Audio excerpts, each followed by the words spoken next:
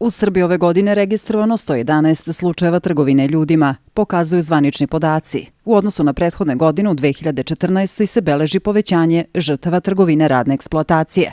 Upravo je to bio jedan od razloga zašto se nevladina organizacija Astra odlučila da kreira aplikaciju za mobilni telefon koju je predstavila danas srednjoškolcima u Beogradu. Ove godine, 2014. imamo podatke da je najrasprostranjeniji oblik radna eksploatacija s obzirom na identifikovane žrtve trgovine ljudima u cilju radne eksploatacije.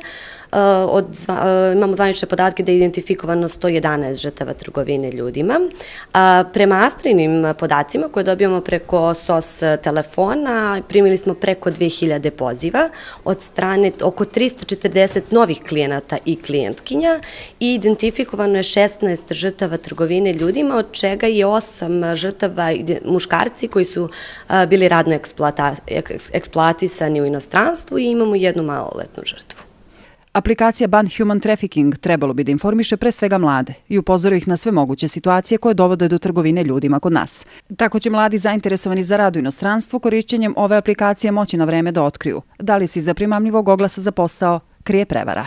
Korisnik igrajući igricu može da prođe kroz različite situacije koji ih mogu uvesti u lanac trgovine ljudima, tako da korisnik kada igra karakterom može da bude žrtva radne eksploatacije, seksualna eksploatacija je prikazana, prinudno vršenje krivičnih dela, prinudni rad u kući kao i prinuda na prosjačenje. Sve ovo jeste, kao što sam rekla, u cilju da se pre svega mlade osobe informišu da žrtva može svako postati, čak i oni, da znaju koje su rizične situacije, kako da ih izbegnu, kako da sebe zaštite kada putuju u inostranstvu ili kada traže neki posao u inostranstvu, ali moraju da imaju u vidu da žrtva trgovine ljudima mogu postati i u našoj zemlji.